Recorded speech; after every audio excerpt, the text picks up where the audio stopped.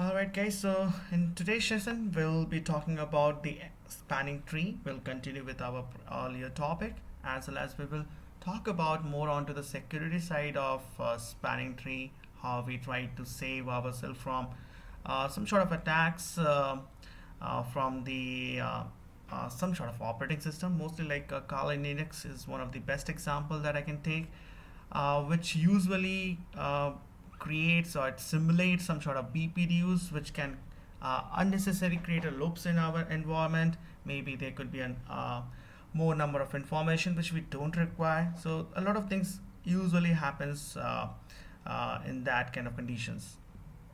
Now this time today I have started the recording from Mind. I would be taking a proper recording. For the previous sessions I would probably seek your help to get the recordings because from Mind I faced some problem.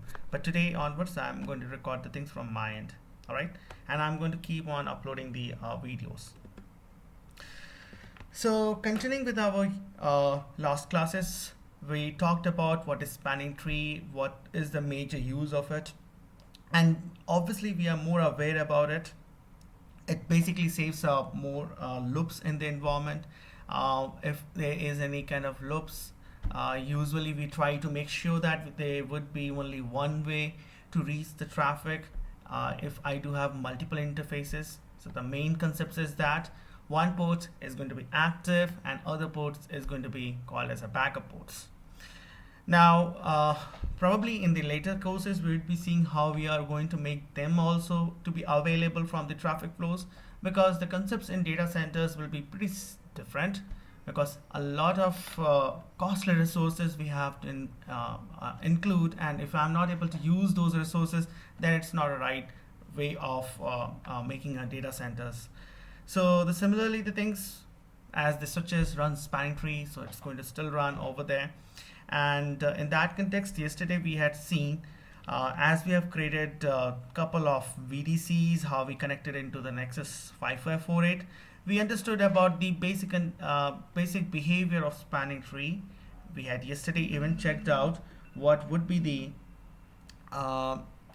port types of it. So we had seen yesterday port types like normal, we had seen port fast, and even the bridge assurance feature called as network ports. So we understood about those things, and today we would continue more onto the security side of spanning tree.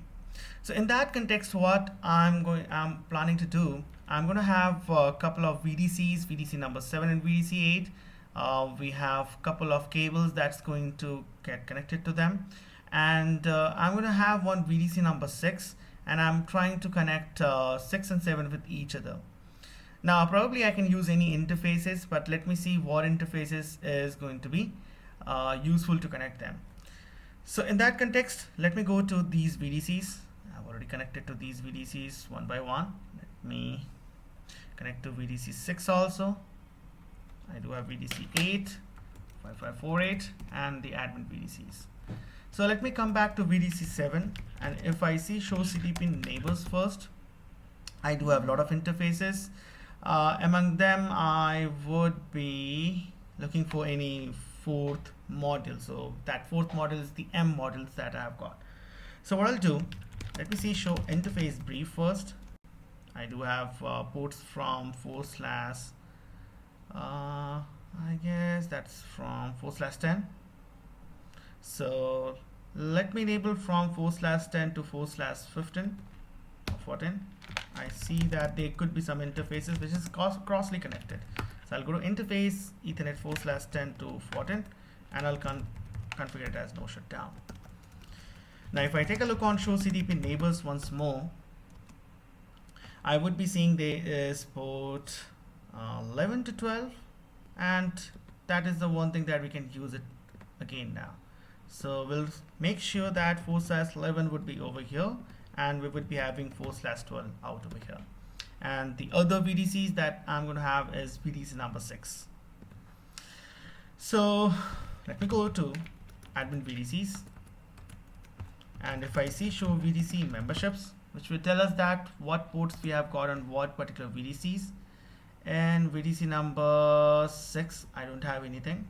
though the numbering is VDC 7, but the naming convention that I've used is particularly 6. So I'll go to VDC 6 and I'll try to allocate interface Ethernet 4/12 through it. Okay, let me put down over here, and if I see show interface brief out over here, you would find out we have 4/12 that's present now. So let me just do no shutdown to it with proper switchboard.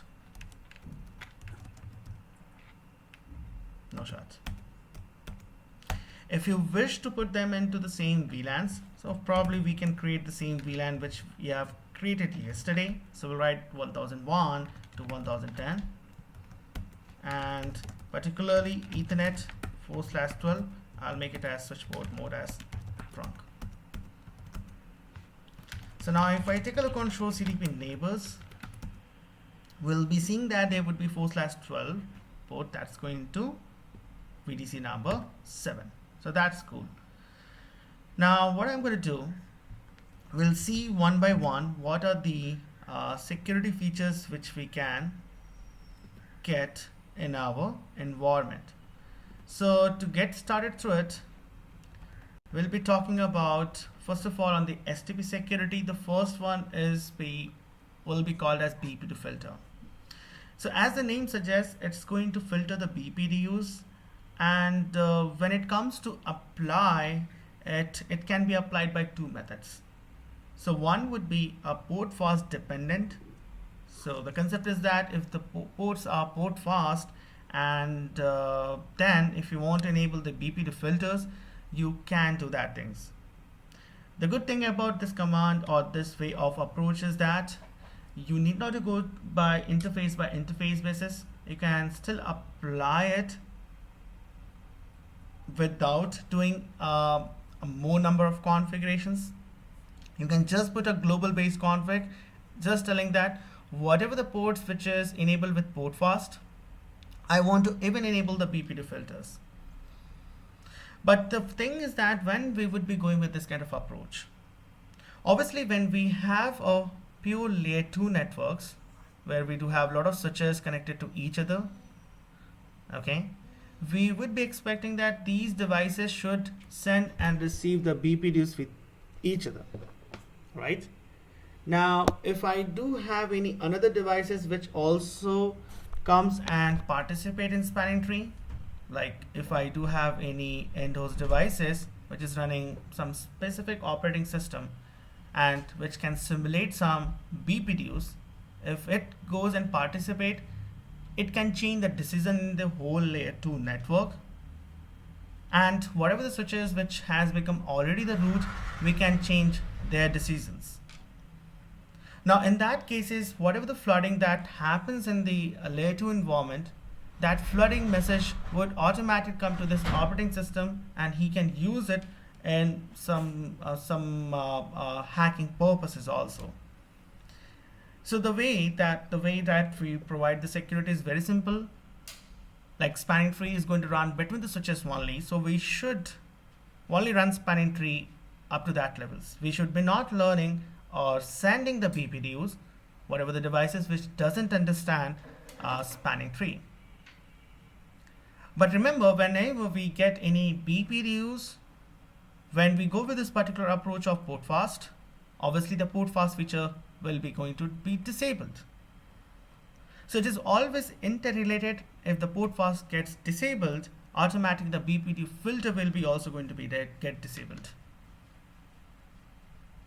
So this is the way how we would be approaching the first way of applying the BPD filters. Now the other way would be not dependencies with port fast. Let it be if the port is going to, like a switch is there, and that particular port is going to the another switch, and I want to apply BPD filter over there. So in spite of receiving the BPDs from them, I can still apply the BPD filters. But remember, when we go with this kind of approach, there could be a lot of loops that we can actually witness.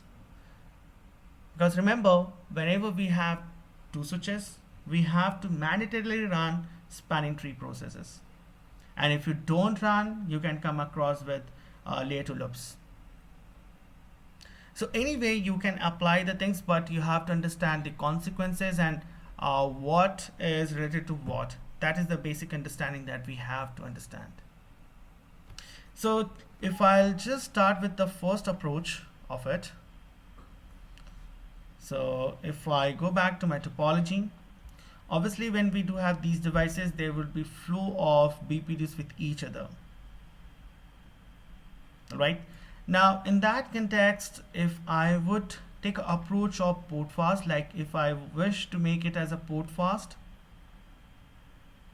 the thing is that it can actually come up in with an issue, because whenever we implement port fast on it, still we would be able to receive the BPDs, and the port fast features will be going to get disabled. Obviously when we do have some end host devices, like if I do have servers connected to it, in that conditions we would be seeing we can implement the port fast features. And if you wish to not send any kind of BPDs, you can actually apply the extra securities with it. Like you want to not send the BPDs to some ESXi based server, because obviously ESXi servers will not require any kind of BPDs to run spanning tree, because we don't run spanning tree processes there. So now what I'll be doing, let's try to take that approach. Obviously that results we are not going to get in this whole topology, because if I do have any router out over here, we could have done that particular approach. But at this moment I don't have any routers by which I can actually show you this practical, but I'll try to talk about what will be the command and what will be the consequences that you can face out from here. So now if I go down to VDC number 7, if I'll see source GDP neighbors, we would be seeing on 4/11 we do have that very VDC. And if I take a look on show spanning tree for VLAN number 1001, we must have got that particular port, but we didn't see that one. So let me take a look on VDC number 6, why this particular port is not available. So if I see show spanning tree for VLAN number 1001, I do have 4/12 that is available. And if I see from VDC number 7,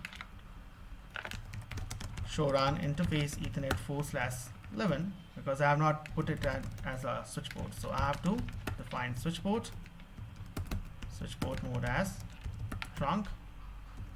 Okay, and now if I take a look on show spanning tree 1001, right now it is in block status. Afterwards it will come into the forwarding status. So if I take a look on show spanning tree, particularly to this interface 4/Ethernet 4/11 for VLAN 1001 detail. I think we should have mentioned VLAN first, but no worries, we can mention details, and if we can hit enter, we'll see the properties for VLAN 1001, or it could be any VLANs at this moment. You would be seeing that I'm keep on going to send the BPDs, and even I received a BPD from the other side. So the moment like we enable that port as switch port, we started to do the process of synchronizations. So in the synchronization process, we at least wait for around 7 BPDs, and among them, like I got 3 BPDs. That was enough to really understand that there's a switch out there, and then only we started the process of spanning tree. So among them, whoever has the better BPD, obviously that particular device is going to send and receive the BPDs, and it's going to make in its bridging tables or your bridge tables as like what device is going to be called as a root device. Now if I do apply a port fast features over here, that's not going to work out over here, because if I do apply, I would obviously look out for BPD use, whether I'm receiving it or not. So in these conditions, if I want to see the topology. Like if I do have multiple number of end host devices connected to any of the switches, and I don't want to go one port by port basis and do the configuration for the port fast, I can go with the global based configurations also. And in that conditions, you would be seeing that you will not do the config on one by one basis. You'll just do the things on global config, and it will try to check from what port I'm not receiving the BPDUs.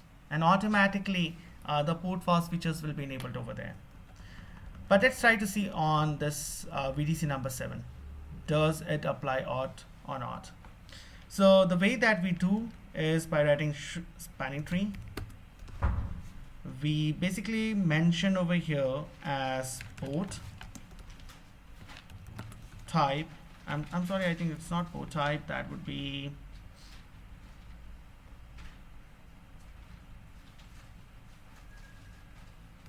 let me check it out. That's going to be VLAN, I guess. No, that's not the way. There's other set of commands. Usually this is the way how we apply the loop cards, but for defining it, let me see. I think that would be port type edge only, and then if you wish to implement the BPD filters, you can implement extra solutions with it. So we'll be mentioning port type as edge default first. So whatever the port from where I'm not receiving the BPDUs. So if I take a look on show spanning tree for VLAN number 1001, you would find out that these ports are point to point still, because we are still receiving the BPDUs from there. If I take a look on interface 4/11 detail, though you would see that I'm not able to receive any BPDUs from them, but over here we got some BPDUs because they have that very VLANs, because some of the VLANs are only present on VDC number 7. All right. Now, thing is that the way that we also approach is by writing spanning tree port type edge, and if you wish to implement BPD filter also with it, we actually implement BPD filter and then we mention default over here.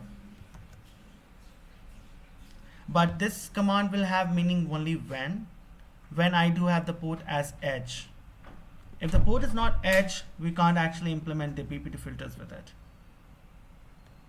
So now if I take a look on show spanning tree, again back on interface 4/11 detail, you would see that I didn't see that very features implemented over here. If I do have any end host devices there, we would find out that our solutions will be applied.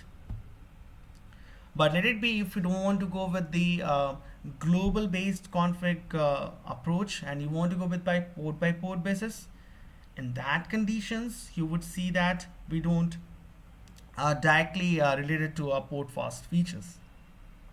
So that can be done by going to that interface like 4/11, and we can write down spanning tree, and if I put a question mark, it says clearly it's a BPD filter, and we can enable it.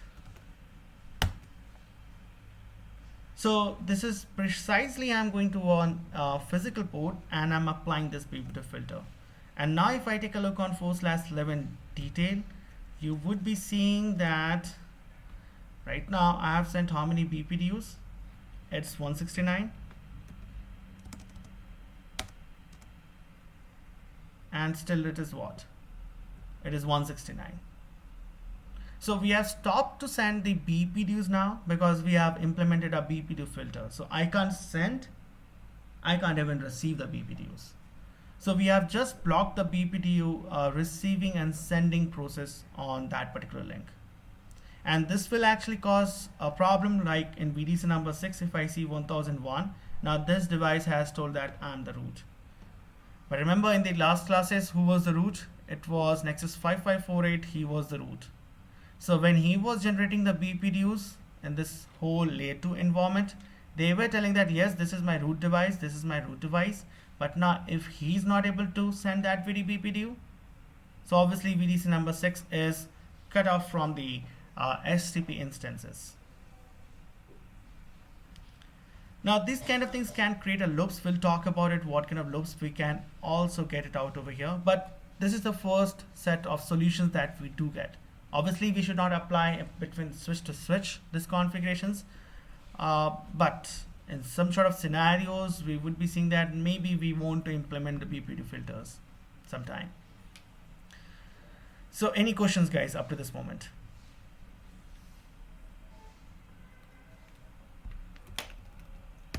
Any questions? So what I'll do, I'll go to that interface 4/11 and we'll try to do no to it,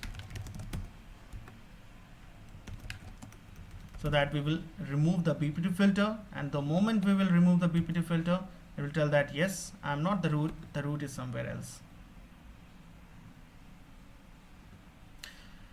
Now when we go with BPD filter, let me make a table so that I can you guys can understand properly what features we are talking about, okay, and what are the consequences which we can face. So our first feature is what? Is BPD filter. When we go with this BPD filter, how we apply? We can apply by two methods. One is global basis and one is interface basis. So when it is a global basis, it's a port fast dependent, but when it is an interface, no dependency. Okay, what it does, the concept is that it filters BPD. That's the concepts of BPD filters.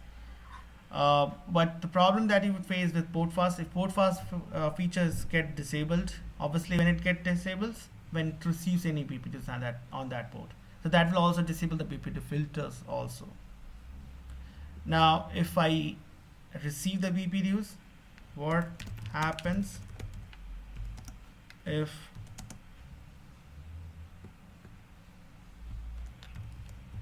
thread comes? So if because what is the whole purpose of BPD filter?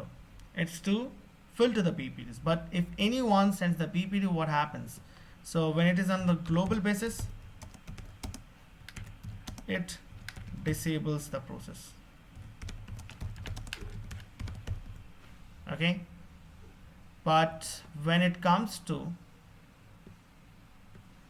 on interface basis, what we do, it filters it. So there's a huge differences between on the global basis as well as on the interface basis. So sometimes people think that no, I don't want to really go with global basis, because if I apply on a global basis and if anyone sends a BPD, ultimately you're going to disable that whole process. But usually these combinations you should apply with another set of solutions that we would be seeing later on. Like you can even enable the process of BPD guards, which we'll be talking about. Like if any BPDs is being received, I'm going to put that port into the error disable state. Now usually sometime you would face like problems like how to recover it. Okay, because if BPD filter gets disabled through global process, and let it be you want to apply it once again, so just shut and no shut that particular port. But usually that things will be not applied when we go with the interface basis BPD filter approach.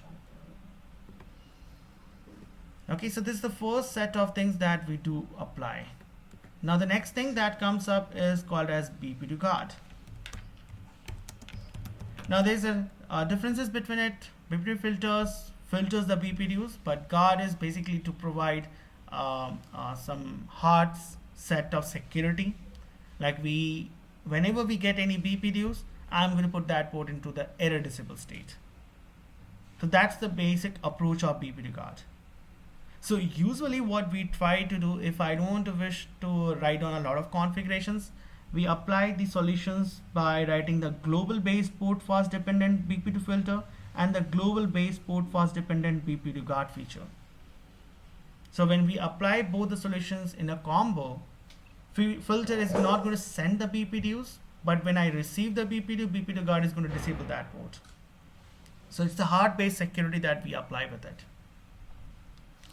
So the approach will be same. We'll be having a global approach. Okay, so let me do a copy paste. It's not going to be different over here. All right. What it does, it disables the port if BPD is received. So that's the basic work of BPD guard. And what happens if threat comes? So basically we put that port into error disable state. So port is changed to error disable state. Okay, and how we recover it? So basically for the recovery, again, you do have shut and no shut. That is the manual process, or else you can go with the error disable recovery mechanism. So this is also one of the approach that you can take down. Or there could be another approach also nowadays that you can also use. Even you can go with EM scripting. Like whenever we get down that very logs, and it would be you write on a script that maybe after 10 seconds you can just check it out the things once again. So you can take an approach of EM scripting or maybe some sort of Python scripting. So anyway, you can take an approach. Even you can apply the same sort of solutions with BPD filters also. So let's try to check it out, that particular details in our devices. So if I'll apply it again back on VDC number 7, and this time I'm going to apply on the interface basis. So I'll go to interface, because anyway when we apply BPD guard, it's not going to make major differences, guys. So I'll go to Ethernet 4/11 and I'm going to write on spanning tree, and if I'll put a question mark over here, the option will be BPD guard. So don't accept BPDs on this interface. So the consequences, the work is clearly defined on your NXOS boxes. So I'll apply BPD guard and then I would enable it. Now the moment I enable it, and if I see show spanning tree, there are some sort of bridge assurance features. Let me see for VLAN number 1001.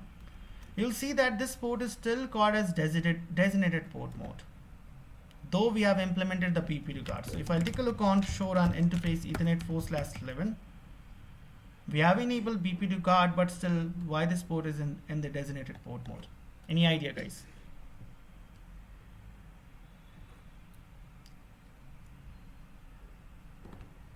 Remember, we have what port? We have this particular port where I enabled the BPD guard right now. Thing is that we are sending the BPDU. While sending the BPDU, that doesn't come up as a security right now. When I receive the BPDU from there, then the BPDU guard will come into the pictures. So when VDC number 6 can send the BPDU to it, when he is the root in the device, or else when you do have a port type network, because remember in the network we send BPDs to each other, even though that we are not root or not a root ports. So I'll take the first approach right now just to test the scenario. So I'll go back to my VDC number 6 and I would apply spanning tree for VLAN number 1001. I'll write on the priority value as 0. So the moment I'll define it as 0, and if I see show spanning tree 1001, you can see that very port has been put into error disable state. I was not doing the terminal monitor, so only we were not able to see the log messages. But if I take a look on show interface Ethernet 4/11, you'll see very clearly it's due to BPD guard that I have put that very port into the error disable state. There's other approach that we take down, show interface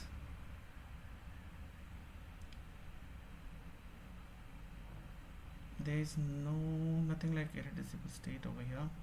I guess that would be in this very way. Show spanning tree, inconsistent port. Now actually inconsistent port mode would come up only when it is related to spanning tree, but this is more related on what? BP2 filtering or BP2 securities. So that doesn't come up in the spanning tree inconsistent mode. It's basically like bridge assurance features will come up, root guards can come up, and even the loop guards can come up. So that kind of things will be shown out in this particular table. But I guess like there is other set of command to get the detailed idea. But anyhow, if I take a look on show interface Ethernet 4/11, it does tell that it's in irreducible state. And if I write on show interface brief 4/11, it's telling that it's due to BP2 guard that has put into the irreducible state.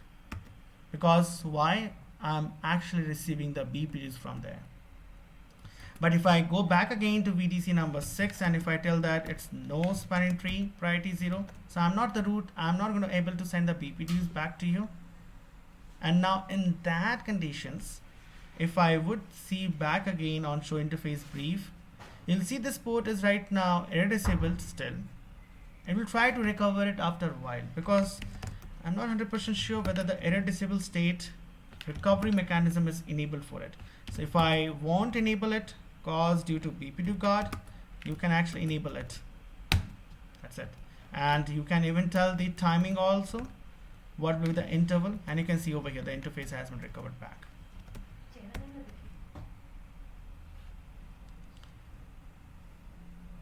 Alright.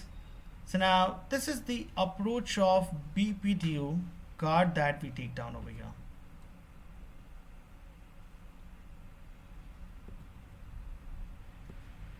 So any question guys up to this moment?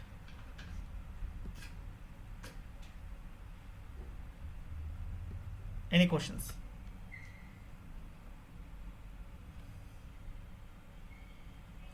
Okay, let's just give me guys 2 minutes. I'll be coming back. Okay, and if you do have any questions, put that in the chat box. We'll come back to the questions.